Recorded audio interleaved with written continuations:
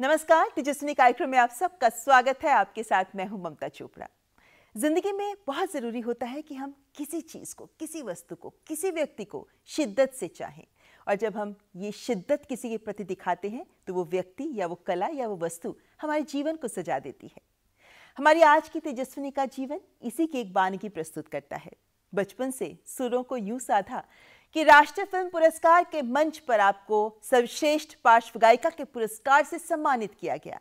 छोटी सी उम्र में इतना बड़ा सम्मान आपने हासिल किया, जो कला के प्रति आपके समर्पण की भावना को ही प्रदर्शित करता है। हमारी आज की तेजस्विनी है गायिका सावनी रविंद्र। सर्वश्रेष्ठ पार्श्व गायिका की श्रेणी में मराठी फिल्म बार्डो की गायिका सावनी रविंद्र जी को रजत कमल प्रदान किया जा रहा है।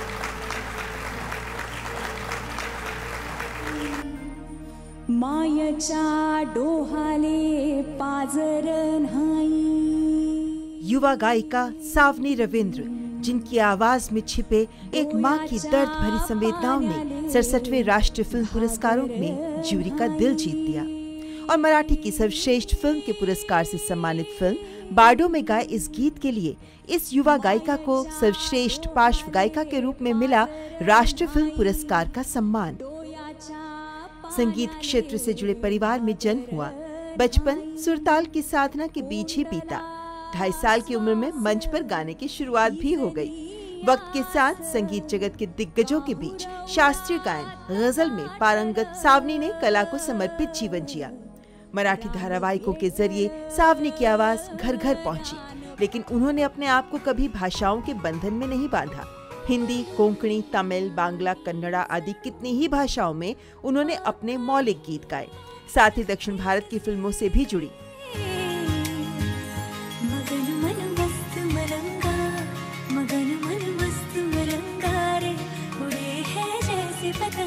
लता मंगेशकर जी और आशा भोसले जी से प्रेरित सावनी पिछले 10 सालों से जहां पंडित हृदयनाथ मंगेशकर जी के साथ लाइव कार्यक्रम प्रस्तुत करती हैं, वहीं लता दी और आशा ताई के प्रति सम्मान स्वरूप लताशा कार्यक्रम का भी आयोजन करती हैं। राष्ट्रीय, अंतर्राष्ट्रीय स्तर पर कितने ही मंचों पर अपनी प्रतिभा प्रदर्शित कर चुकी, बचपन से ही पुरस्कार प्राप्त करती आ रही सावनी रविंद्र को अब हासिल हुआ है पहला राष्ट्रीय पुरस्कार का सम्मान। मेहनत और लगन से संगीत साधना में जुटी युवा गायिका सावनी रविंद्र हैं हमारी आज की तेजस्विनी। तो आइए करते हैं मुलाकात सावनी रविंद्र से। सावनी जी, बहुत बहुत स्वागत है आपका तेजस्विनी में, और बहुत बहुत शुभकामनाएं आपको। मतलब राष्ट्रीय फिल्म पुरस्कार, इतना बड़ा सम्मान। Thank you so much, it's my honour. जब आपको पता चला कि इतना बड़ा सम्मान आपको मिल रहा है, क्योंकि ये एक ऐसा पुरस्कार है जिसके लिए लोग जिंदगी भर तमन्ना रखते हैं कि ये हासिल होना चाहिए, आपने सोचा था कि आपको ये पुरस्कार मिल सकता है? ऑब्वियसली एक सपना तो हर आर्टिस्ट का होता है कि किसी दिन ये मकाम हासिल करना है, लेकिन मैं फल की चिंता कभी नहीं करती। मैं बस मेरे कष्ट उठाती हूँ और वो काम करती रहती हूँ, रिजल्ट चाहे जो भी हो। लेकिन God has been very kind, और ये ईश्वर का आशीर्वाद मुझे इस पुरस्कार के रूप से मिला है, ऐसा मैं मानती हूँ। सावनी जी, आपको ये पुरस्कार उस गीत के लिए मिला जो एक मराठी फिल्म बार्डो में आपने गाया था। तो कार्यक्रम की शुरुआत में इसी गीत को आपसे सुनना चाहेंगे। जरूर। सिचुएशन क्या है ये? हाँ जी, वो पहले मैं ज़रूर बताना चाहूँगी, क्योंकि जो लोग मुझे जानते हैं मराठी इंडस्ट्री से, या जो भी मतलब यूट्यूब पे अगर देखे, तो मेरा नेचुरल टोनल क्वालिटी मेरी बहुत डिफरेंट है, और ये गाने के सिचुएशन के हिसाब से मैंने वो वॉइस को थोड़ा मोल्ड करके गाया हुआ है। ये टिपिकल मराठी फोक अहिरानी लैंग्वेज में ये गाना है। ये गाना हमने स्टूडियो में भी नहीं रिकॉर्ड करा था। अच्छा। ये जो गाने के कंपोजर है रोहन, उनके घर के सेटअप पे ऐसे ही रिकॉर्ड करा था हमने, क्योंकि उनको शूट मिक्स चाहिए था। और घर पे उन्होंने बस मुझे बुलाया कि Saavni, we want to try your different texture this time. मैंने उनके साथ काफ़ी काम कर चुकी हूँ मैं पहले भी, तो we just tried and it just hit everyone. तो वैसे ही रखा गया वो। बाद में हमने स्टूडियो में जाके वो रिकॉर्ड नहीं करा। तो इट्स अ वेरी इंटेंस और डिफ़िकल्ट सॉन्ग, और काफ़ी मेरे कंफर्ट जोन के बाहर जाके मैंने ये गाया हुआ है। सिचुएशन क्या थी? सिचुएशन बता सकती हूँ कि वो एक डेथ सीक्वेंस में ये गाना है, और ये जो माँ की जो भावनाएं हैं वो उनके बच्चे के प्रति, तो वो सब उसमें चित्रण किया गया है। और वो इतना इंटेंस है। जब मैंने यह गाना रिकॉर्ड करा था तब मेरी शादी भी नहीं हुई थी, लेकिन अब मैं 2 महीने की बच्ची की माँ हूँ, तो I can feel it now कि कितना वो मुझे सब इमेजिन करके वो गाना था और इस उम्र में तो मेरे लिए काफ़ी डिफ़िकल्ट था। लेकिन आइए सुनते हैं ये गाना। ये ज़रूर। मायच्या डोहाले पाजर न्हाई, डोयाच्या पाण्याले घागर न्हाई, कोंडला श्वास इजली आस, काहुरौरात दाटल, रान पेटल, रान पेटल, रान पेटल, रान पेटल। बहुत खूब, बहुत खूब, वाकई बहुत मिठास है आपकी आवाज़ में। आपने कहा आपने टेक्सचर चेंज किया है। चलिए कार्यक्रम में आगे आपसे बहुत सारे गाने सुनेंगे हम जरूर। लेकिन आपके मम्मा पापा दोनों संगीत से जुड़े हुए थे, यानी एक तरीके से कहें कि आप एक संगीत के परिवार से ही जुड़ी हुई हैं। जी। तो क्या बचपन में ही जब आंखें खोली तभी दोनों के बीच में ही आप बड़ी हुई? आई फील सो ब्लेस्ड कि म्यूजिकल फैमिली में मेरी परवरिश हुई है। Both my parents are PhD in music, Hindustani classical music, doctor Ravindra Ghangurde और वंदना घांगुर्डे उनका नाम है। और बस उन्हीं की है देन है मुझे। और बचपन से घर में वो माहौल था, वो माहौल होना बहुत ज़रूरी होता है। संगीत का माहौल ही आपको आधे मकाम तक पहुंचा देता है, ऐसा मेरा मानना है। तो वो माहौल मुझे मिला और उनके माध्यम से काफ़ी सारे बहुत लेजेंडरी आर्टिस्ट मराठी इंडस्ट्री के बहुत नज़दीक से मैं उनसे मिल पाई, उनसे काफ़ी कुछ सीख पाई। तो उन सभी का उसमें क्रेडिट है। उसमें मेन नाम है पूरी Mangeshkar family. I am very blessed कि उनका आशीर्वाद मुझे मिला है। और हृदयनाथ जी के साथ मैं बचपन से परफॉर्म करते आई हूँ। तो आपने बचपन की बात की, हाँ जी, हृदयनाथ जी की बात भी मैं करूंगी, लेकिन बचपन में आपको याद है कि आपकी मम्मा ने आपको बताया होगा कि सबसे पहले आपने कब गाना शुरू किया? कितनी छोटी थी आप? मैं भी एक्चुअली मुझे भी याद नहीं, लेकिन मेरी मम्मा कहती है कि मैं 2.5 years old की थी। और जैसे मैंने कहा, मैं काफ़ी जल्दी बोलना शुरू किया था मैंने, और जैसे बोलने लगी वैसे गाने भी लगी, ऐसे मेरे मम्मा का कहना है। क्योंकि घर में वही सब माहौल था, गाते थे तो वही। और उस ज़माने में सोशल मीडिया नहीं था, मोबाइल फ़ोन्स नहीं थे, दैट हेल्प्ड कि दूसरा कुछ डिस्ट्रैक्शन नहीं था। बस तानपुरा यही मेरा दोस्त क्या था। गाया था सबसे पहले आपने? आपको पता होगा। मैं तब क्लासिकल सीखती थी, उन दोनों से सीखती थी। मतलब वो बिठाते थे मुझे सामने, तो वही बस जहन में होता था।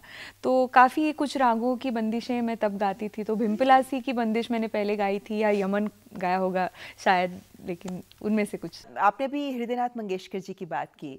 आप एक फेस्टिवल भी करती हैं हर साल, लाइव परफॉर्मेंस भी करती हैं आप उनके साथ, 2.5 घंटे का लाइव परफॉर्मेंस। क्या कुछ खास होता है इसमें, और हृदयनाथ जी के साथ काम करने का अनुभव क्या है आपका? He is an institution in himself. तो मतलब जो यूनिवर्सिटी म्यूज़िक की वो पूरा मंगेशकर फैमिली है। और उनके पिताजी मास्टर दीनानाथ मंगेशकर जी, उनकी गायकी भी मुझे बहुत नज़दीकी से मेरे मम्मी पापा से सीखने मिली। तो वो भी बहुत अहम चीज़ है मेरा मानना है। क्योंकि लता जी, आशा जी, ये 2 सुरों ने पूरे वर्ल्ड पे राज किया है। और उनके गाने अगर हम रियाज़ में भी गाए तो वो भी काफ़ी चैलेंजिंग है। स्टेज पे परफॉर्म करना तो वो अलग ही बात है, मतलब इट्स वेरी डिफ़िकल्ट। बट एक साधक हूँ मैं उनके गाने की, और वो मुझे लोगों के सामने लेके आना था, इसलिए मैंने ये लाइव परफॉर्मेंस का निर्माण किया। और आई एम वेरी ब्लेस्ड कि हृदयनाथ जी खुद इस शो का एक भाग है, और वो मुझे ब्लेस करते हैं स्टेज पे, मंच पे वो होते हैं। तो उनके सामने यही सब गाने परफॉर्म करना in itself is a challenge. तो लता दी के साथ भी मुलाकात हुई होगी। पहली मुलाकात कब और कैसे, कहाँ हुई? काफ़ी बार हो चुके हैं प्रभु कुंज में, उनके निवास स्थान पे। और काफ़ी मंच के प्रोग्राम्स में भी वो एज अ गेस्ट थी, और मुझे परफॉर्म करने का मौका मिला था। ऐसा एक किस्सा है कि मैं छोटी बच्ची थी, एक 13-14 साल की, और हृदयनाथ जी के साथ ही मेरा वो परफॉर्मेंस था। शिव कल्याण राजा करके एक बहुत बड़ा ग्रैंड उनका शो होता है, उसमें लता जी ने ही गाया हुआ एक गाना मैं परफॉर्म कर रही थी स्टेज पे। उस मराठी गाना है, गुणी बाळ असा जागसी कारेवाया। ये तो गा के सुनाना पड़ेगा आपको। लेकिन आप पहले घटना सुना दीजिए। जी जी। तो गुणी बाळ मतलब लाइक क्यूट बेबी, और शायद उनको मैं वैसे लगी होंगी तब, पता नहीं। तो मैंने गाना जैसे ख़त्म करके मैं विंग की तरफ जा रही थी और विंग में साक्षात लता जी खड़ी थी और मैंने तुरंत उनके पैर छुए, उनके आशीर्वाद लिए और उन्होंने मुझे ऐसे पैम्पर करके वो बोला कि आप ही गुणी बाढ़ हो और आपने बहुत सुंदर गाया। बस उनके वो शब्द मेरे कानों में अभी तक गूंज रहे हैं, मतलब। तो बस वो लाइफ टाइम ब्लेसिंग है मेरे लिए। छत्रपति शिवाजी महाराज जी की लोरी है, जिजाऊ माता ने उनके लिए गाई हुई, ऐसा वो गुणी बाळ सा जागसी कारी वाया नीज रे नीज शिवराया गुणी बाळ सा जागसी कारी वाया। इतनी मीठी आवाज है कि मेरा मन कर रहा था मैं बोलूं कि अभी रुकिए नहीं। Thank you. इसे और आगे सुनाइए, मन कर रहा था मेरा। ये इस तरह की लोरी तो अब आप अपनी बेबी को भी सुना रही होंगी। जी, एब्सोल्युटली। शी इज ब्लेस्ड, उनकी इतनी खूबसूरत आवाज में उनको भी लोरियां सुनने को मिल रही हैं। अच्छा, आपने जैसे कला में पूरा अभी तक आप इस कला को ही साथ दी ही हैं, अब तो बेबी भी हो गया है और हमेशा ये माना जाता है, हालांकि कला तो आप हर हाल में किसी भी तरह इसकी साधना को जारी रख सकते हैं। कितना साथ आपको मिला है अपने जीवन साथी का, परिवार का भी, मम्मी पापा ही नहीं, शादी के बाद दूसरे परिवार का भी कितना साथ मिला है? क्योंकि साधना कहें या कुछ भी कहें, सबका साथ होना बहुत ज़रूरी है। Absolutely, you said it. और मैं वही कहना चाहती हूँ कि मैं जो भी अभी काम कर रही हूँ उसका सब क्रेडिट मेरे फैमिली को जाता है, मेरे हस्बैंड को और मेरे इन-लॉज़ को स्पेशली, क्योंकि करियर किसी भी लेडी का करियर उसका खुद का नहीं होता, उसके परिवार का जब हो जाता है तभी वो कुछ ना कुछ कर पाती है, हासिल कर पाती है लाइफ में।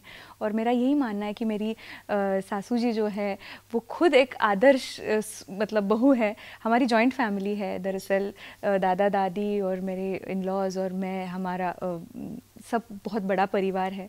तो उनके सपोर्ट के बिना ऑब्वियसली ये पॉसिबल ही नहीं। और मेरे husband doctor Ashish Dhande, he is a doctor और उनका इस फील्ड से बिल्कुल कुछ मतलब नो एसोसिएशन, या एब्सोल्युटली नहीं।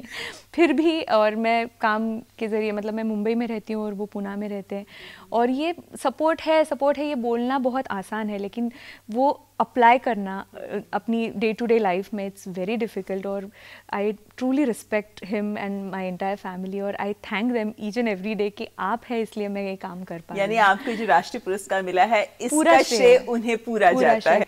सावनी, आपने अभी हृदयनाथ मंगेशकर जी की, लता मंगेशकर जी की बात की, तो यहाँ पे कार्यक्रम में कोई ऐसा गीत हमारे साथ साझा करना चाहेंगी? लता जी का कोई गीत जो आपको बहुत पसंद हो? जरूर जरूर। लग जा गले, लग जा गले के फिर हंसी रात हो न हो, शायद फिर इस जन्म में मुलाकात हो न हो।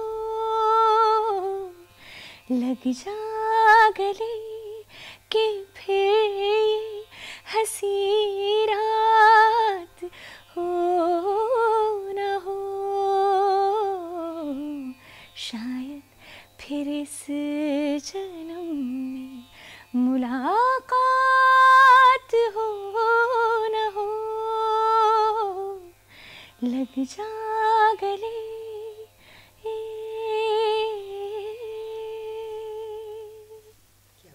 बहुत मीठी आवाज़ है आपकी। सावनी, आप मराठी में ही ज़्यादा गाती हैं ना? हिंदी में कम, लेकिन मराठी में ज़्यादा गाती हैं आप। जी, मराठी और साउथ की जो लैंग्वेजेस है, रीजनल लैंग्वेजेस, कौन सी भाषाओं में गा चुकी हैं? तमिल में काफ़ी काम कर चुकी हूँ और मलयालम रिसेंटली। मेरे सावनी ओरिजिनल्स करके यूट्यूब सीरीज़ है, आजकल सोशल मीडिया का मामला है और हर आर्टिस्ट को इट्स अ ब्लेसिंग इन अ वे कि हमें मूवी सॉन्ग के अलावा खुद का एक्सप्रेशन एक बयां कर सकते हैं इस माध्यम से, यूट्यूब के माध्यम से। तो अपने ओरिजिनल गानों के ज़रिए मैं लोगों से मिल पाती हूँ और अलग अलग लैंग्वेजेस के गाने उस बहाने में ट्राई कर पाती हूँ। तो मैंने आज तक साउथ की जो सभी लैंग्वेजेस है वो अटेम्प्ट की है, उसमें काफ़ी सारे मूवीज़ के लिए भी गाया हुआ है। उसके अलावा बंगाली है, गुजराती है, इन सब भाषाओं में भी मैं गाती आई हूँ। अच्छा, तो इतनी सारी भाषाओं को आपने हमें गिनाया है। कैसे पॉसिबल हो पाता है, ये इसके बारे में सावनी आपसे आगे बात करेंगे, लेकिन फिलहाल कार्यक्रम में यहाँ रुकेंगे एक ब्रेक के लिए। आप देखते रहें तेजस्विनी।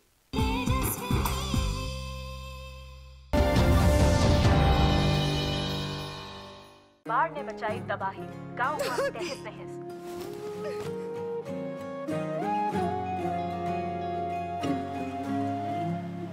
पहल करो, शुरुआत करो, जब करो तो पक्की बात करो। जब पैर तले से दिन गुजरे, सर के ऊपर से रात चले, तामीर करे नगरी नगरी, जब कारीगर का हाथ चले। वंडर सीमेंट, जब दिल में हो जज्बात तभी होती है एक परफेक्ट शुरुआत।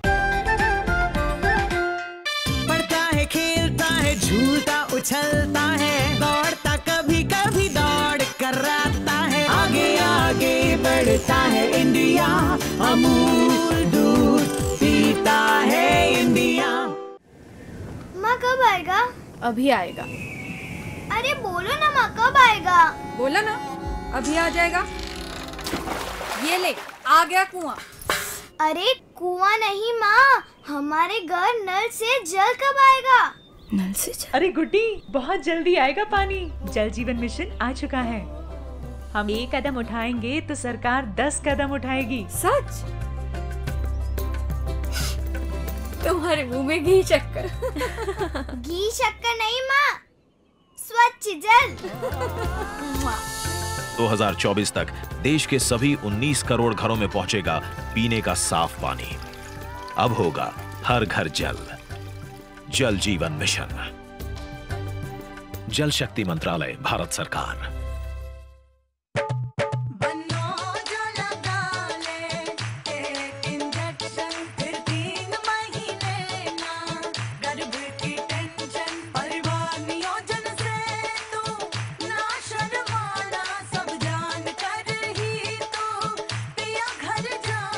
आधुनिक और आसान होते जा रहे हैं परिवार नियोजन के साधन, जैसे नया MPA इंजेक्शन। फोन करें और पाएं परिवार नियोजन से जुड़ी हर जानकारी। जोड़ी जिम्मेदार जो प्लान करे परिवार।